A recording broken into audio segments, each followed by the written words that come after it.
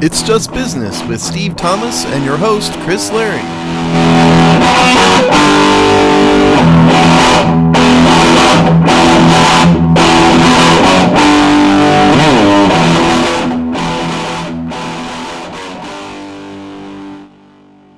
Hello and welcome to another episode of It's Just Business on the Hogstye Network, the show where we look at the dollars and cents of the sports, media, business, industrial complex, which is currently stuck in the mud.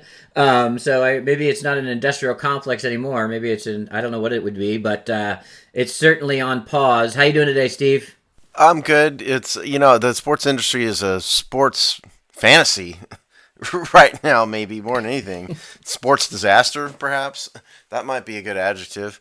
I'm doing okay. Pleased to see that the state of Texas is one of the very few states with a brain in their head and realize that money needs to be earned and spent in the Texas economy. So, life is trying to get back to normal here in Texas as of last week. So that's a good thing. How about you?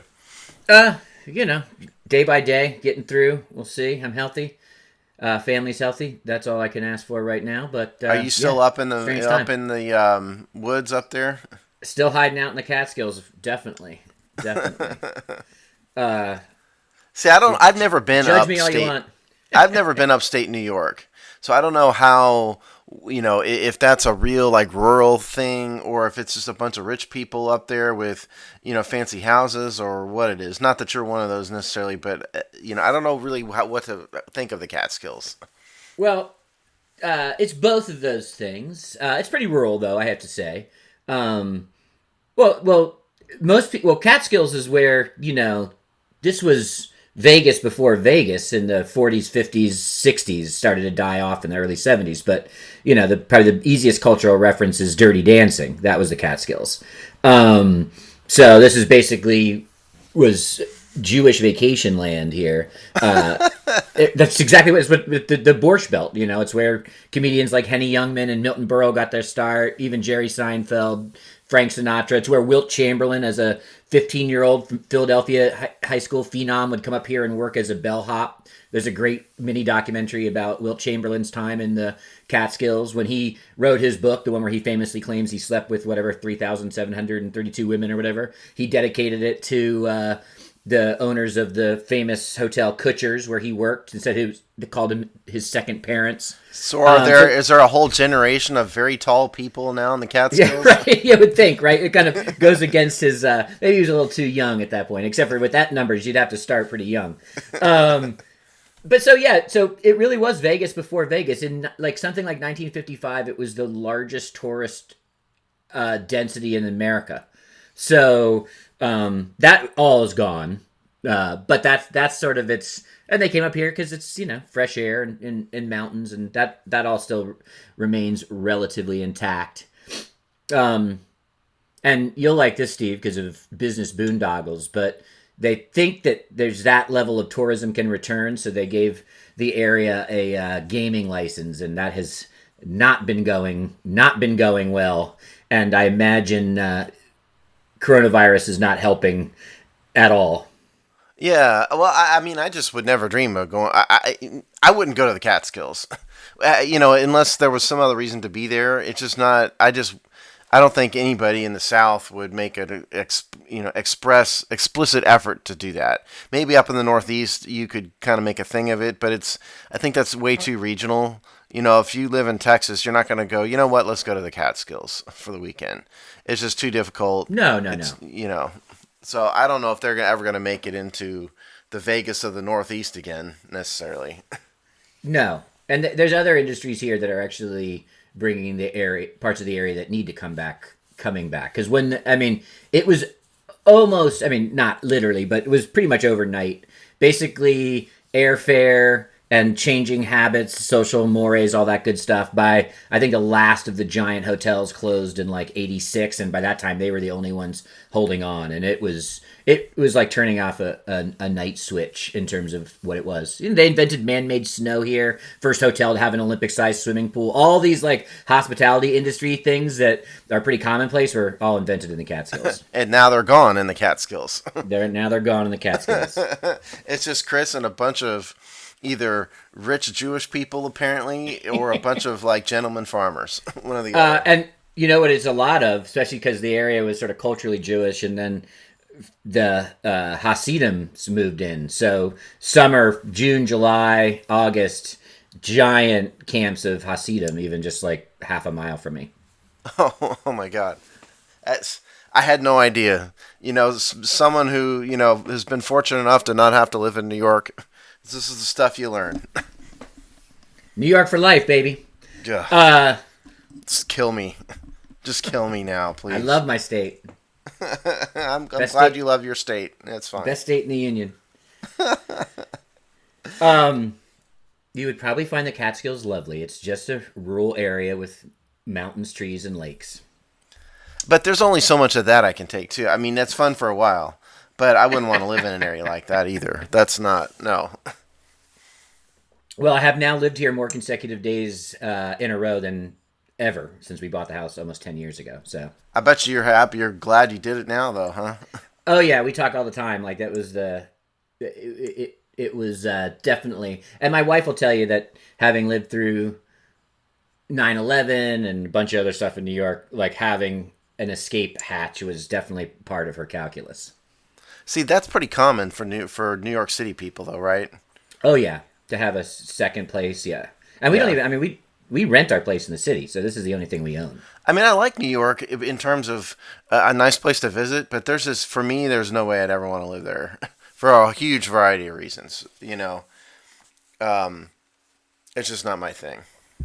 And on top of having an insane governor, I mean, beyond that, it's just not. Manhattan and I would not get along on a permanent basis. We can only be a weekend fling, not a marriage. Well, that's good to know that. Not that New York would like me either. I mean, that's fine. But weekend at a time. Well, you know what, Steve? Probably in a couple months you can probably get some great deals. It'll be if you've ever wanted to visit New York, probably at some point in the next 18 months, you'll be able to have a bargain vacation. That's true. That's true. The sports industry is not a bargain right now. I guess to say it mildly. It is not. Although we'll start with a little bit of a good news story, and that was the runaway wild success of the NFL draft on all ways you could market. It was huge ratings. I mean, just astronomical ratings, which I think surprised nobody. And they pulled off what was a pretty good television production under some pretty strident, kind of a lot of complications. So shout out to the NFL office and each individual team's IT departments before we continue.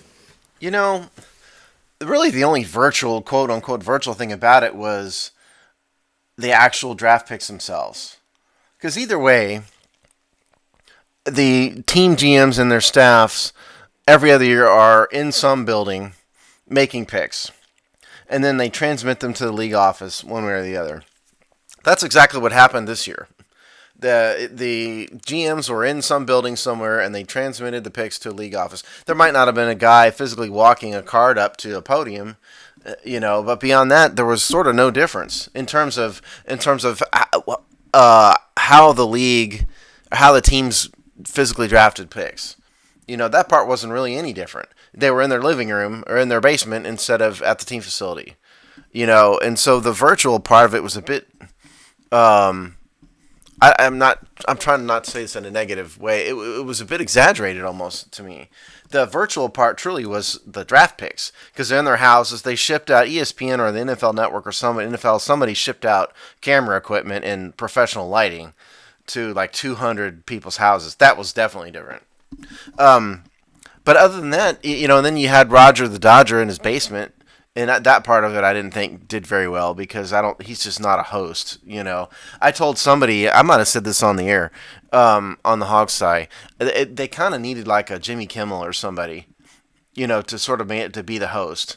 I think that would have gone better than having Roger Goodell do it. To be honest, if you'd had kind of a guy or a girl, kind of leading the charge, so to speak, I think it would have been a better production. Because Roger, he's got his strengths and weaknesses. That's just not his thing. He's not a professional host and entertainer. So if I was to do it from now on, I might pick your late night talk show host to come out and be kind of the host for the thing.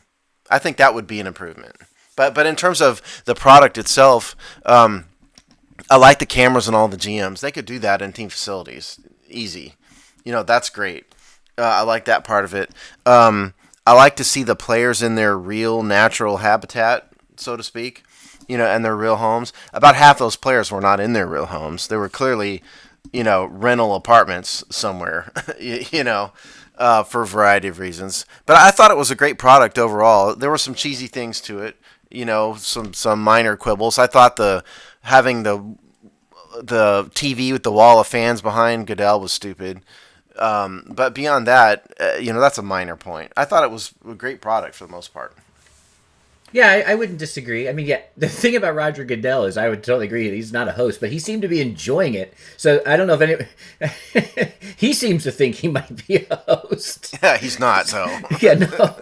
So he did come off cheesy. I heard someone say it seemed like his like allergy medication kicked in at some point or whatever, and he was definitely a little flighty. He went too many Chardonnays or something. But I love how at the beginning of it that he in round one on Thursday he had a coat on. I think a tie even. He had like a suit or at least business dress on, and he was standing. And by the end of it, he was in a t-shirt with his feet up in a lounge chair. And Yeah, he he ate had an more entire costume jar of changes. it. He ate an Yeah, entire jar of M&Ms. In 3 days. he had more costume changes than a typical Beyonce concert by the time it was all Yeah. said and done. Like, dude, just keep. No one cares about your outfits. But he clearly was enjoying it on some level. That doesn't mean we were enjoying it, but he was clearly enjoying it. But no, I thought, I say hats off to them. I think there's a little bit in terms of. I agree. Like the actual structure of the draft is relatively unchanged, except for the pomp and circumstances of the event.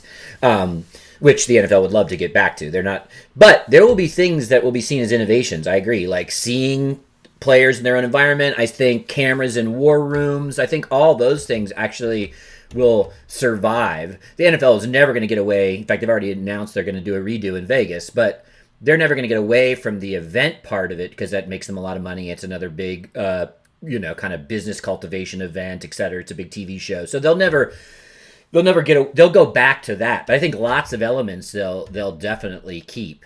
And literally, when I talk about the IT, I'm talking about the infrastructure to make sure that there's no glitches and the connectivity holds and stuff. I mean, a lot of people in the deep nerd tech stuff had to make sure that went off flawless. Yeah, yeah, and we were originally trying to get Alex Zeese from Hogstay on here, and I just forgot to set it up, frankly. But because that is his world, and so maybe some other time we'll pick his brain about the deep IT part of it. But to me, fundamentally, the virtual part of it is making sure that what is in the GM's head gets to Roger Goodell, right? That's what's most important about all of it. And that's not really that much different because the GM has to pick up the phone and call somebody at the draft site, and then the guy at the draft site gives a pick to the NFL. And it just went sort of electronic, it skipped the middleman, basically, in essence. And that's just, I don't see that as a huge innovation. It was really more the presentation of it than anything. And yeah, I think Roger seemed like he was kind of enjoying it and all that stuff. And if there was one thing I would recommend to the team, to the NFL, it's exactly what I said. Go hire Kimmel or whoever, David Letterman, whatever, to come and just kind of MC the whole thing. And then Roger could come out and shake hands or whatever. But it would be a better television product if they had somebody who's a professional entertainer being the guy. That would be my one recommendation for this. Yeah, because I mean he's got a role in the normal telecast, but that's basically to a net for like the first round, announce them for the stage and to hug and shake players' hands. I mean, that's in a normal draft. That's about the extent of his participation. Yeah, well, especially if they're going to turn into like a rock concert, like a concert like they are basically, because the being in Vegas and being in Nashville, none of that's actually necessary. And, a matter of fact, by the end of the third day of these things, nothing much is happening, on stage at all. There's no players there. Some unknown NFL executive is reading a name that ESPN doesn't even broadcast half the time, because they're doing, the hits, on other players and whatnot. So they don't really need to do the whole thing. It's just it makes the locals a lot of money. It makes the NFL a lot of money. It's entertaining to watch. I'm gonna get it, but to me, I like seeing real. So the real to me was like, for example, the Redskins, Chase Young, clearly in his living room, clearly with his family. That's neat to see to me. Now other players, like I said earlier, seem to be in rented Airbnbs, probably, when there's no family pictures on the wall, and you got Drew Rosenhaus standing in front of a portrait of Marilyn Monroe, that's odds are not somebody's house, True. Although I think the real star, in terms of the home look-ins, was the coaches and general managers, from the Cliff Kingsbury, whatever his name is, Art Deco house and other things. People, I think Andy Reid, Bill, what's this stupid guy in New England? How do I not think of his name? Belichick. Bill Belichick. Yeah, I think, the look-ins to the coaches and general managers, to me, was the most entertaining behind-the-scenes part. You will never convince me that Bill Belichick didn't intentionally put his dog in the chair in front of the computer because he didn't want to be on TV. Yeah. You could really tell. The funny part about all that was you could really tell the teams that were cheap and not cheap. Because, the Bengals had people sitting in the corner on a crappy desk that you and I would have with one laptop, and that was it. Where it's like the Redskins, who, if Dan Snyder is anything, he's not cheap when it comes to the football team, and Ron Rivera had a whole setup with 5 or 6 different monitors and a whole room and all that, and I thought it was funny though. But I know. I would bet my life that Bill Belichick picked that dog up and said, "Okay, our pick's coming up. Here, sit here, and I'm totally going to go outside or something." So, and I think you'll see that, in the next normal draft or whatever. You'll get the war room cams, parts of it. I think that some of those pieces are gonna remain. And this surprised no one, but the viewership numbers were staggering. Even by day 3. Well, yeah, I mean, there's literally nothing else for anybody to do, so you might as well watch the draft. Yeah, they're gonna publish the year-end ratings, general TV ratings, sometime in December or whatever, and we're gonna see NFL draft and this Last Dance Jordan documentary are gonna be the top 5. Oh yeah, I think that I don't have the numbers in front of me, but I think it was almost like Super Bowl level, of viewers, which Again, it doesn't surprise anybody. I haven't watched a minute of the Jordan thing. It doesn't really interest me. But, I mean, I know that's also captured, the hearts and minds of, the sports public, again, because there's nothing else to watch. I haven't watched 1 minute either. I think we're probably pretty similar. I mean, I lived the era, and I didn't particularly enjoy Michael Jordan. I don't particularly enjoy Michael Jordan. I've been tempted hearing people talk about it because I did that's probably my favorite era of the NBA, and I like the Pistons, Celtics, Bulls, but to me, Michael Jordan kind of ruined it. When he came around and just dominated, that kind of was the nail in the coffin for my favorite era of the NBA. So to me, I was like, do I really need to see, what is it, 6 episodes of this? 10 hours total. That was kind of my view. He kind of.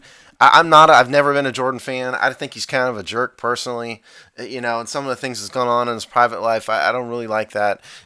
Certainly nobody disputes that he's a great basketball player and all that, but I don't really need to live 10 hours. If it had been like an E360 segment, I probably would have watched that. But 10 hours of my life dedicated to one Michael Jordan season is just way too much for me. Sorry. Yeah, no. And I hear it's well done, and I'm sure it's well done. I'm not here to as a documentary goes, I hear it's very, very well done. And I've been tempted. I started out being like, there's no way I'm going to watch this. And then I was tempted from the reactions, but I still think, I just don't want to spend that much time with Michael Jordan. I really don't either. I'm not a fan of his particularly. I get criticized all the time because I've often said that Wilt Chamberlain and Kareem Abdul-Jabbar are the two best basketball players ever, and that gets the panties of all the Jordanites, wound up, which makes me happy at some level, as you well know.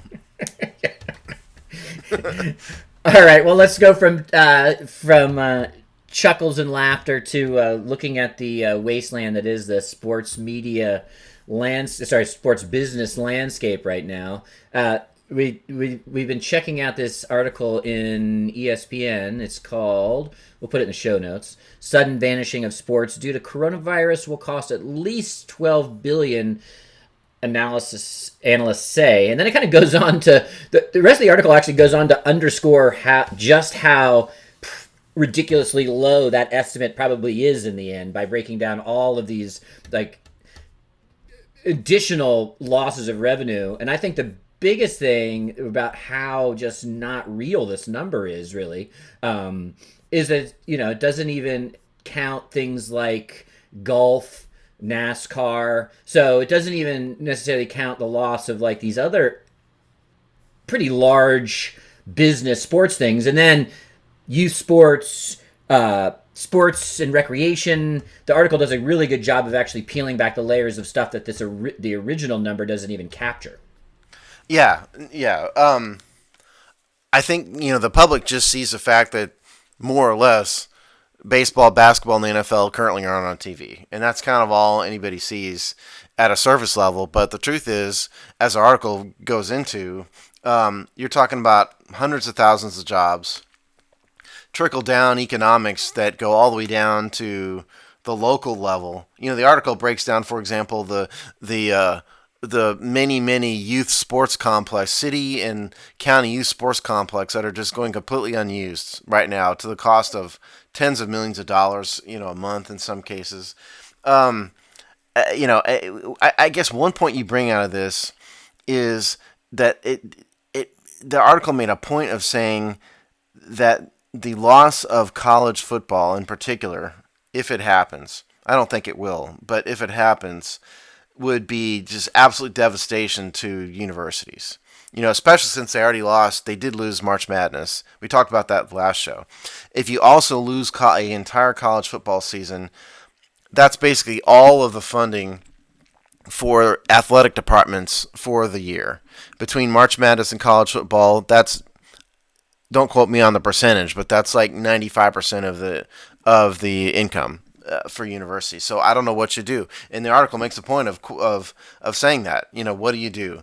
Don't know. And if the NFL goes away, which I think there's a 0% chance of that, but if it happens, then you lose college football. You're talking about at least doubling the 12 billion, if not much more. And then you start adding in the other things, like you said, golf, NASCAR. They've lost stuff. All these little sports, soccer. All these youth sports complexes, all that stuff, the 12 billion is nowhere near, not even close to what the complete impact could be in a worst case scenario situation. It's pretty remarkable, and the article talks about, they look at the loss to these cities of tourist revenue, and you look at a city like Cleveland. Listen, I'm not here to do lake on mistake on the lake and all that. I'm sure Cleveland's a lovely city. I'm not here to bash you, but let's be honest, it's not a big tourist destination typically for people to go. So what do cities like that do? They are very willing to host things that manufacture tourism. Sports, not exclusively, but is pretty much the biggest player in that kind of imported tourism. Well, just over the last 2 months, Cleveland was set to host everything from a round of the NCAA men and women's tournaments, plus a conference tournament, everything down to what I kind of cracked up, a cornhole tournament, which you might laugh, but it was still is probably going to bring in 1,000, 1,500 people. So these mid-sized cities who, a large part of their economy is ways to import tourists. And so that was 5 events that were wiped off the calendar within 6 weeks. It's devastating. Yeah, I think the only permanent thing that Cleveland really has that I can think of is probably the Rock and Roll Hall of Fame that would Yeah. generate some tourism. But beyond that, that's exactly right. Like Miami will exist, right? Because they're still going to get beach going people. Um, but cities like that, sure, yeah, absolutely devastating. This is why I keep preaching. Um, the United States needs to get to the point where very soon where life gets back to normal. People, you cannot live in fear. People cannot be afraid. Um, because it's easy to say, just cancel the sports season, cancel the football season. It's okay. People need to be safe. Well, that's tens of billions of dollars, and it's ruining hundreds of thousands of lives. The city of Cleveland and other cities like that. It's the impact of shutting things down out of fear is going to be more harmful than the lives that are saved. That's kind of been my theme to this all along because you can't make up for $12 billion. The government cannot fund everything, and if they do, the United States will have no credit whatsoever. And it'd be massive amounts of inflation, and the dollar will be worth nothing. The federal government just can't keep shelling out trillions of dollars. At some point, we have to get back to normal and allow industries like the sports industry, for example, to kind of do its thing under whatever modified circumstances are necessary.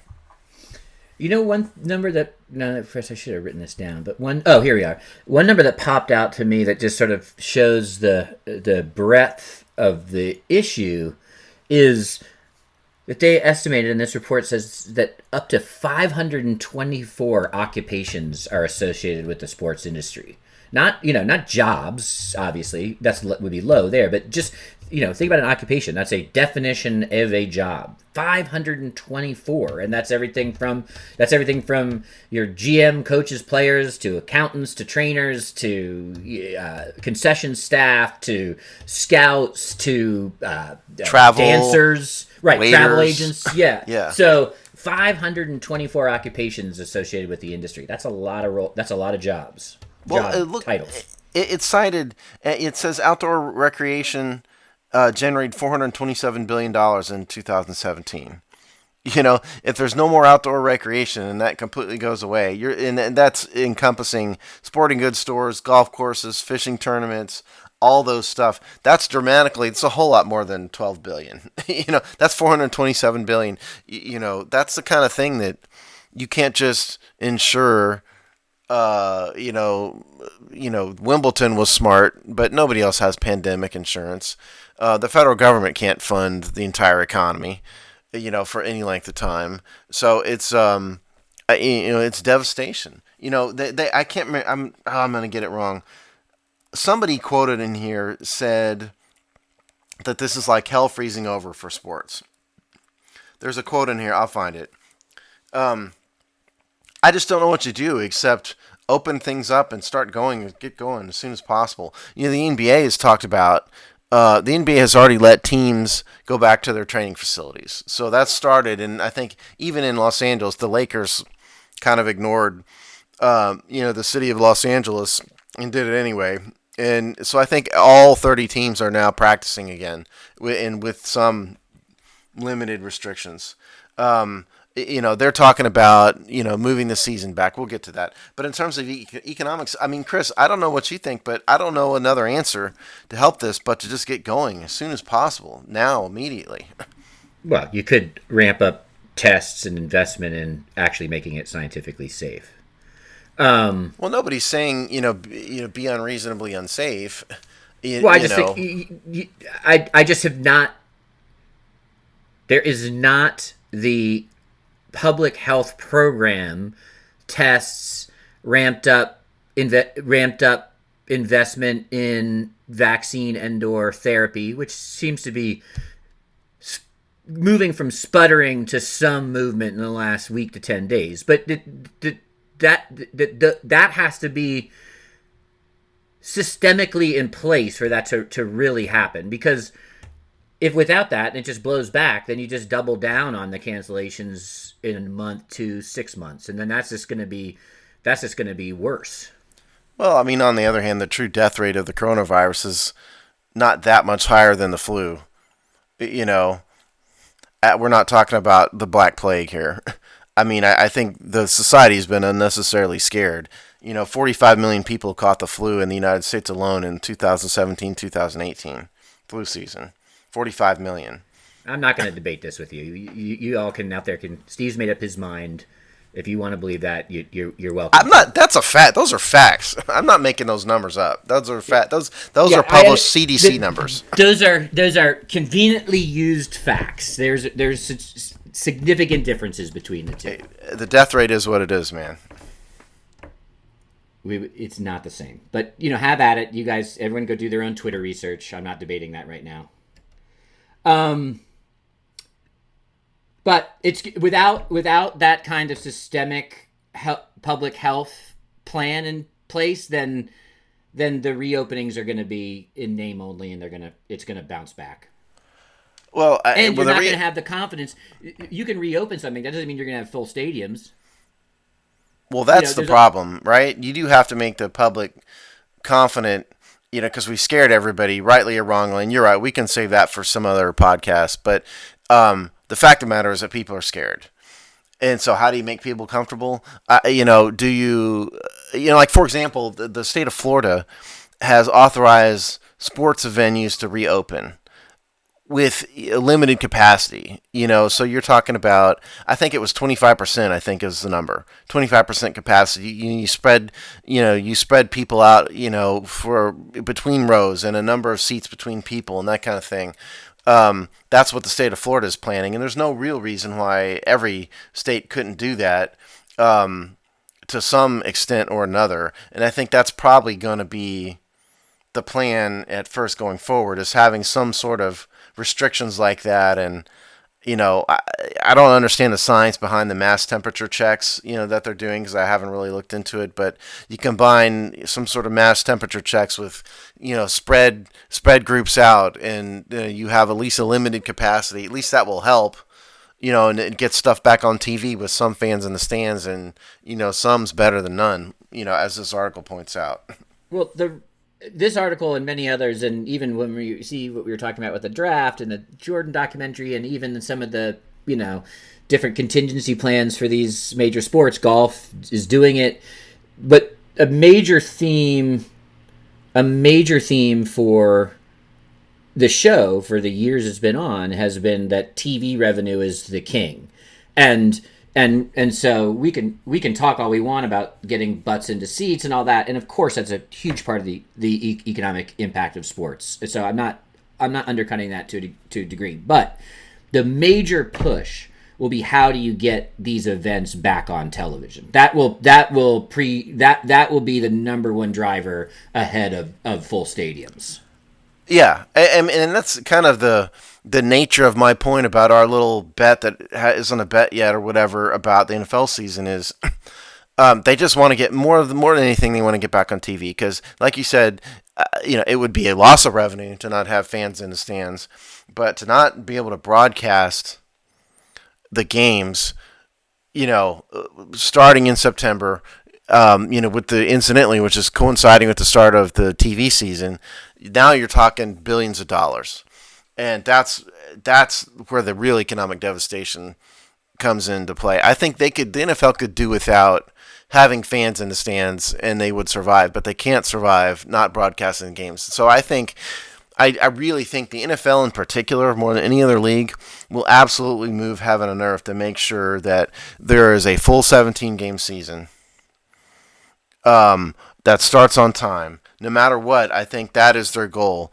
We'll see if it happens, but I just can't imagine a scenario in which the NFL does not figure out a way to somehow or another get a full 16 game season in and broadcast on television, because it would be economically devastating, to the salary cap, to the team's budgets, to the TV networks.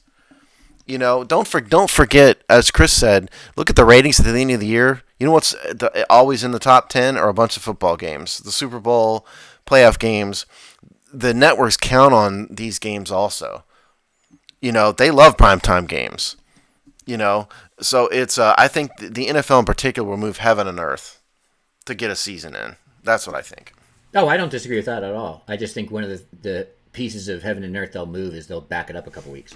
They might. I mean, we'll see. I mean, there's been the NFL has all sorts of contingency plans that we've read about. Yeah, none of which they've decided. One of it is moving back the start of the season like 5 weeks, eliminating the bye week and the off week between the Super Bowl and the conference championship games to limit some of the time. There's been talk of playing games in neutral sites and all sorts of things, but all that may happen. Chris may win the bet in that regard, but what nobody should doubt is a full 16 game season. Yeah, and there's even talk about playing on Saturdays if college football, which I think has a much tougher. Well, it's not even I think they have a much tougher path to get playing, just because they don't control their own destiny necessarily like the NFL does. But if for whatever reason there's no college football, or a majority of no college football, I've read that part of the contingency is taking over Saturdays too, if they have to get games in. Yeah, and hey, that'd be smart. That'd absolutely be smart. Play a few games on Saturday, a few games on Sunday. Make it the NFL can own the whole weekend. But college football is another thing that's going to move heaven and earth to get a college football season in. Because, like we talked about, this article talks about the economic devastation, and devastation is the right word, of losing the income from college football, an entire college football season. Like I said earlier in the show, you're talking about the vast majority of the athletic department funding for the year for all major universities. Between the loss of March Madness and the college football season, that's the bulk of the funding. So I think the college football industry will also move heaven and earth. But like you said, they're public universities, and so there's just more people in the decision making process. And there's governments and governors and stuff that are in there, whereas the NFL is just a private industry and they can do what they want. So yeah, it's definitely harder, but I think heaven and earth will be moved in college football as well. I would bet on it. They should just cancel college football, except the SEC, and do some mega SEC is the only college football, and then do revenue sharing across the universities. Oh, Lord. Don't get me started. That's another segment entirely. I'm just saying, what's the biggest one? Let them play, and make it a charity league. That'll fund everybody. Yeah. It probably couldn't, it of course couldn't do that, but they could probably, most college football fans would be perfectly happy to just watch the SEC.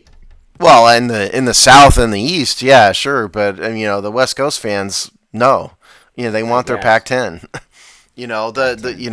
The Midwest wants their Big Ten. They're not just Arkansas. They can adopt Arkansas. That's one of your better lines, Chris. You finally had a funny that actually landed.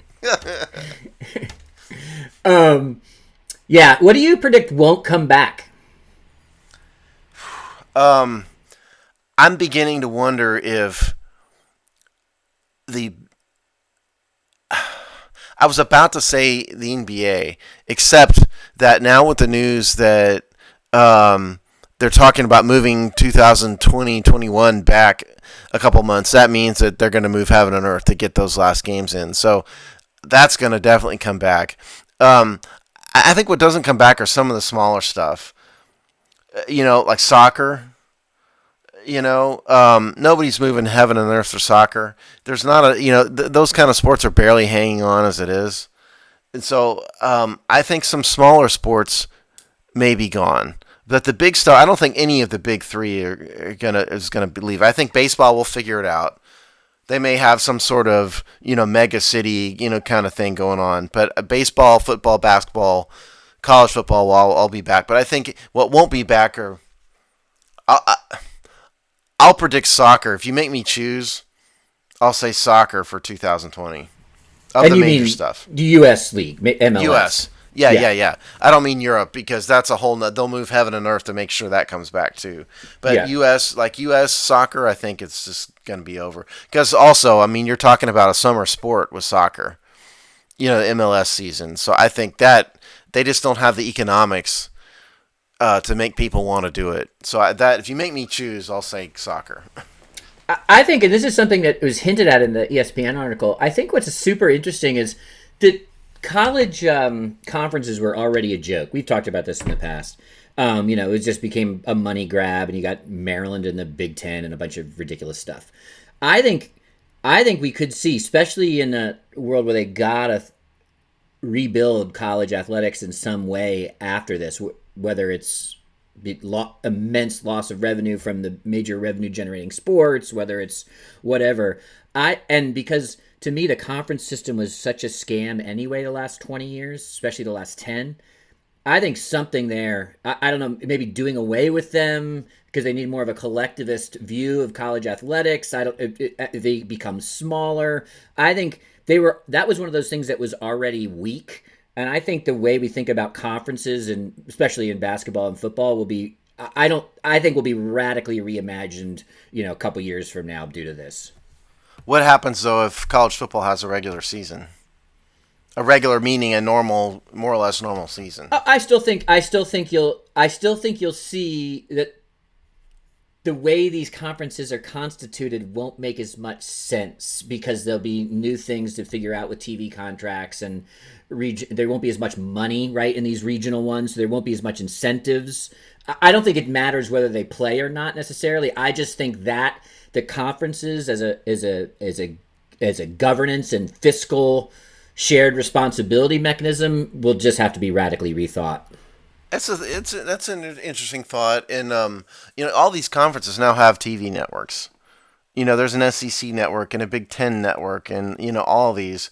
And we've never looked into this for this show. We probably ought to. I don't know what kind of ratings they get, what kind of income, is generated from that. But if there's any kind of abbreviated college football season, you would think that the money and the games are going to go to the major networks first, and not some network that's channel 586 on your cable package. So in that respect, yeah, I mean, I think if something goes, it's going to be those conference cable networks first. Yeah, when it's good times, when the money's flowing, then all the pigs at the trough can eat. But Yeah. when 3/4 of that is gone, then you're not Right. the economy, the ecosystem can't support because it wasn't just regional networks for the SEC. I mean, these regional media networks were springing up everywhere, and I just That's don't what I know was if there's saying. It's enough like every resources. conference, every conference has one. Yeah, every conference has one. So, yeah, I mean, if there's less money to go around, that's what's going to go first. Because ABC, CBS, NBC, and ESPN will get the games. Yeah, and they're going to say we want one price. Like, who do we deal with for, we don't want to go and negotiate 15 deals. Yeah, the only reason these conferences exist, the Power Five conferences exist in the first place, is money. They are. We've been over this. They are intentionally squeezing out other little conferences that aren't a part of the boys' club, more or less, because they're keeping the money for themselves. And so, if the money goes away, kind of at a macro level, then that whole structure could potentially fall apart. It just depends on to what extent the money actually goes away. If this is just a blip, of a couple months, and things get back to normal pretty soon, I think you'll see the status quo return remarkably rapidly. But if this sort of fundamentally changes the landscape of the United States kind of going forward, that's when your radical redesign happens. I don't think we're really there yet in terms of the total impact. No, right. We'll have to see how the fall, at minimum, have to see how the fall rolls out for sure. Yeah. And I think that, The same goes for youth sports. I think there's going to be a lot of contraction there, which is pretty sad. And you couple that with, who knows how the public school system, I feel bad for seniors right now, both Hey, I have athletic and one in otherwise. my. Yeah. I have one in my house. And my school district has announced that the graduation will take place live in person in July, which is good because I mean, one thing I don't want these seniors, including mine, to lose is the memory of a high school graduation. No, yeah, That's I an mean, important step. that is. I agree. And then and a lot of seniors athletes that their tire spring, their tire Gone. final run is gone. Yeah. Senior prom, which I didn't, that's not my thing, but that's a memory for people, and these kids really got screwed, out of it. And the whole base. I've been involved in the baseball culture forever. It just doesn't exist right now. Yeah. So You I know, think the long tail of that will definitely, that's those why I are keep things that will saying come back. they need to. Well, it has to come back. At some level, it has Well, I to mean, come it won't come back. back like it looks like. I'm not saying yes, it will come back broadly. I'm saying, but like you won't. It will be radically reimagined. You may not have as many governing bodies. You may, like it won't look the same. Possibly, yeah. Again, I don't think we're there yet, Chris, in terms of the impact like that. Because again, if this is just a blip and people can kind of start again anew next season, it may be fine. But if the effects of this pandemic extend out far longer than I think it will, that's when I think this radical reimagining happens. I just don't think we're there yet. I'm not convinced yet about what you're saying. Give it a few months. Yeah, no, that makes sense. There'll also be a lot of people that wanted things to change. That they'll use this as an excuse to accelerate change, for good or ill. I'm actually not having an opinion on that, but lots of people will look to advance things that they were already hoping to do just on an accelerated calendar. Oh, there's no doubt about that. There's no doubt about that. Real quick, I did want to address because we have a whole nother story doesn't relate to this pandemic stuff. But real quick, wanted to address where the NBA is. I kind of mentioned this earlier, but as of late last week, Friday, Saturday, the NBA has been now seriously thinking about moving the start of the 2020-2021 season to December. Because it gets started in early November, now. So you're talking about losing a month, depending on when they're talking about in December, a month and a half, maybe. And the reason why it's a bit odd, like you said before the show, Chris, it's a bit odd that they would put this out there as being a possibility without really imagining what the end of the current season is like. But that's what the NBA is planning. What that tells you is that the last 20 or so games, wherever they ended up, are going to happen. They would not even be contemplating this in a public way unless the NBA realized they have to get these games in. And like we said on the last show, they have to get the games in because the loss of revenue of the TV broadcast revenue for a quarter of the season would be devastating to the salary cap and to everything else. So that's what the NBA is planning. Like I said earlier in the show, the NBA has allowed all 30 teams now to practice again. So I think in some capacity or another, we're going to see a season start like probably late summer, and then the playoffs will get done, and then they'll have a month and a half off, and then the next regular season will start. I think that's, broadly speaking, seems to be the plan for the NBA. Do you think there's any world where they just kind of a version of that where they say they just cut their losses and move to the playoffs? Like just say, okay, the standings are when it ended, and these 8 teams, and then we're gonna start we're just gonna start the playoffs.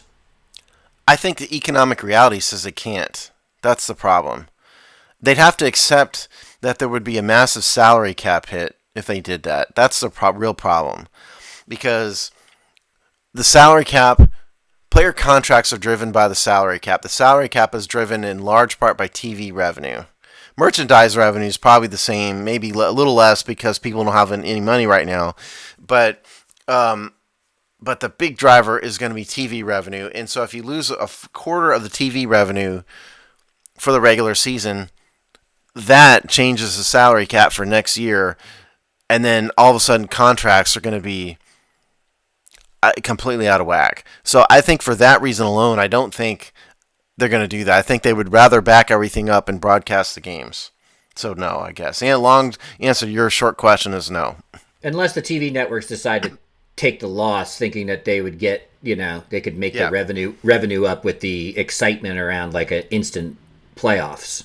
Yeah, but that's a lot of revenue, man. I mean, that's the thing. They could do that, but at some point, the TV networks don't have any more money either. Right. Know?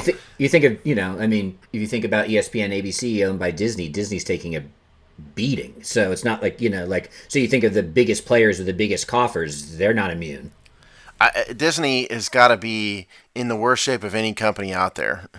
Considering the industries that it spans, if you think about it, they have television programs which are not being written and produced right now. They are the largest movie studio in the world.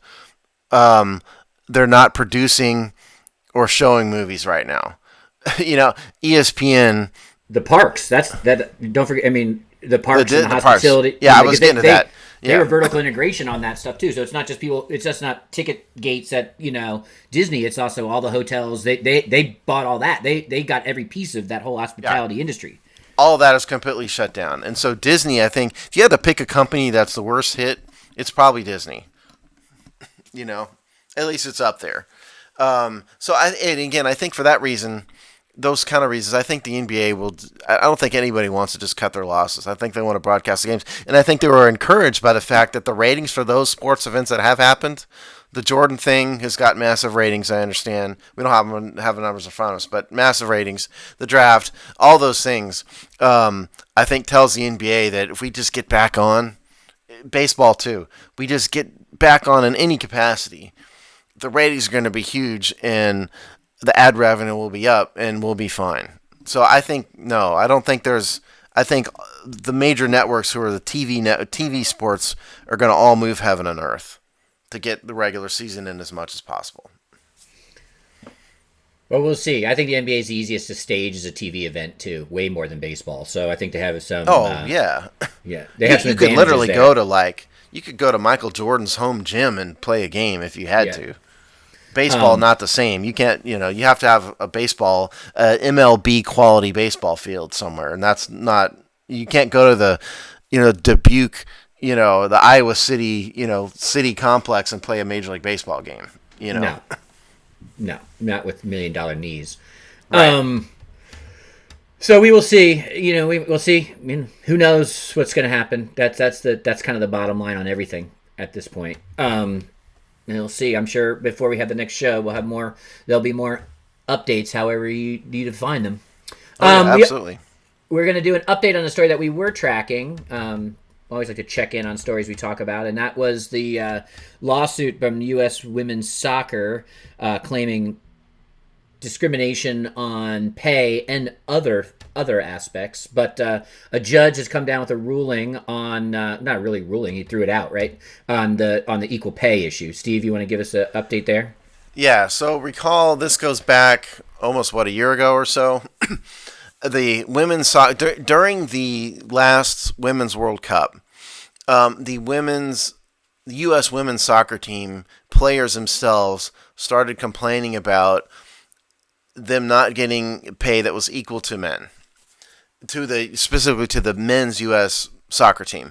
And it's undeniable. Their point was, we've been far more successful than the men's team. The men's team's never won a damn thing. We've won the World Cup. We're making less money.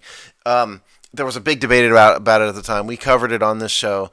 The women's team players actually filed a class action lawsuit alleging an equal pay argument. So that, and there were some other things involved on use of commercial airfare, hotel accommodations, medical training support. That was all part of it.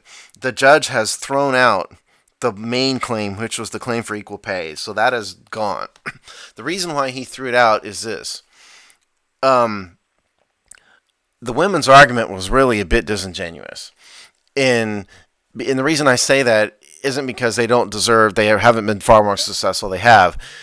There are two different collective bargaining agreements involved here. The men's collective bargaining agreement says that they do not have guaranteed salaries They get paid by game based on the revenue generated from those games. The women's team has negotiated a separate agreement that has guaranteed regular salaries. And so the judge in this case said you can't complain about equal pay when you voluntarily entered into your own collective bargaining agreement that has a completely different structure. That's what everybody said from the beginning, is that it's a totally separate pay structure. And so it's not really a fair and honest argument to say the women are getting paid less, because it's a completely separate pay structure, and that's what the court said. So the rest of the claims, which are frankly minor, will go forward, but the main argument is dead. Thoughts? I mean, I can't disagree with that. It sounds, contract's a contract. You collectively bargained as they're binding. Seemed to the basic point of the ruling. And yeah, have it to see the judge stop that now rather than let it proceed to trial means that was pretty locked down, regardless of ideology. I mean, that's in every sort of cultural to legal way, when you voluntarily enter into except for maybe the NFL, when you legally enter into a contract, that's usually the courts look very askance at going against that. So I mean, I believe they should be. I believe their cause, but I don't necessarily disagree with the legal read. Well, and I don't think anybody out there who's reasonable would disagree with the basic concept that gender should be irrelevant in pay, right? I mean, equal work, equal qualifications, equal effort put into the work should be equal pay for everyone, regardless of gender. And hopefully there aren't too many people out there. There probably are a few, but there aren't too many people out there that would disagree with that. But when it comes to sports, the men's team's getting paid by the revenue generated. And listen, this is just a fact, and people aren't going to like me to hear this, but what is a fact is that men's sports far outpaces women's sports in terms of revenue. I'm sorry, but it's true. The WNBA gets absolutely dwarfed by the NBA, ratings-wise, attendance-wise, everything. The Women's World Cup, dwarfed by the Men's World Cup. The Men's World Cup is a many billions of dollars worldwide generated. Women's World Cup just doesn't have that. So fundamentally, the men are betting on the revenue generated, where the women, whoever's negotiating for them, kind of know that already, and so they wanted a different structure. They wanted salaries.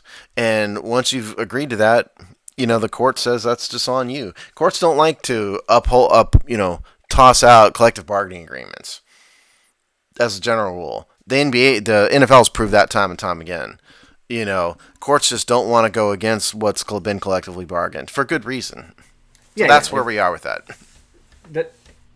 Steve's probably more on management side. I'm probably more on labor side. But the courts respecting collective bargaining agreements is important balance holder in those two viewpoints. Yeah, absolutely. Because we're not talking about. Yeah, I mean, Chris is right. I mean, I probably support management more. Chris probably supports labor more. But that's not really the issue here. The issue is that you can't complain about equal pay issues when your collective bargaining agreement, which nobody put a gun to your head and told you to negotiate, is different than the ones the men entered.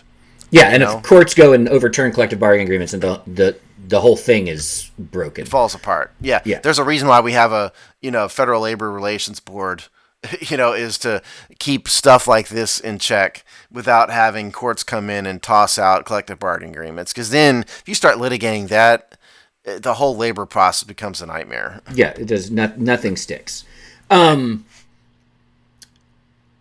If you want a good podcast recommendation, probably Steve won't like it, but Michael Lewis, who's sports fans will mostly know from Moneyball and The Blind Side, the books, not the movies, has a great podcast called Against the Rules, which is basically, season 2 is about to start, but it basically looks at the diminishing roles of referees and independent arbiters in general society. It's actually a fascinating look at what happens when these kind of bodies that are in charge of keeping some semblance of balance start to recede. So there's a little podcast tip. I don't know if I would like it or not. I've not heard of the show. I haven't heard it. Michael, I read the book, The Blind Side, which was interesting. So I will, I will decline to comment on it because I don't have a good sense of even what it is. Well, he's a great writer and it's a good podcast, and it's fairly even-handed. But I mean, he probably, he definitely comes from a left side leaning. But it Oh well, then it sucks, and everybody needs to not listen to it. There you go. There, I was waiting for that. But it's a very interesting look at what happens when all sides disregard the role of independent arbiters. But if it's a leftist thing, don't waste your time. Watch it immediately. Um, so my advice to U.S. women's soccer is fight the rest of this case, because it probably helps you if you even win any concessions there, and get yourself a better collective bargaining lawyer for your next kick at the can. You know what is the long-term solution to this?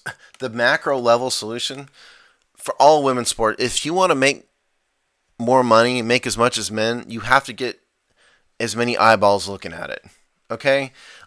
Ultimately, all of the money for all of these sports is driven by what kind of TV ratings you get. And the fact of the matter is that nobody watches the WNBA but a handful of people, and nobody watches the women's soccer tournament but a handful of people. If you want to make as much money as men in sports, get men to watch it. Get people to watch it. Get people to watch it. I would argue that the one sport where that has happened is tennis. And as team sports go, I think U.S. women's soccer has the best argument to make there, at least in a U.S. context. Yeah, but the problem is it's an international tournament. And so ultimately that's the answer. And again, tennis has moved the needle in that regard. I don't have the ratings in front of me. We didn't look this up, but Serena Williams, I would argue, as a sort of a basic proposition, generates as much excitement as any men's tennis player, and people watch it. And so I would bet that the ratings for the U.S. Open finals, women's finals, are probably as good as the men's. And surprisingly enough, I think the money is a lot more equal.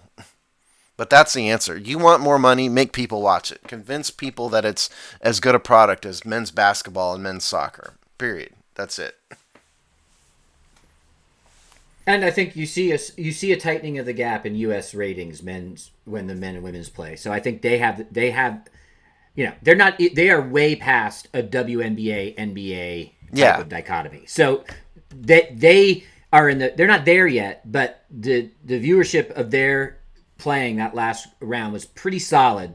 And so they have the biggest in team sports, the biggest state of real estate probably to build from.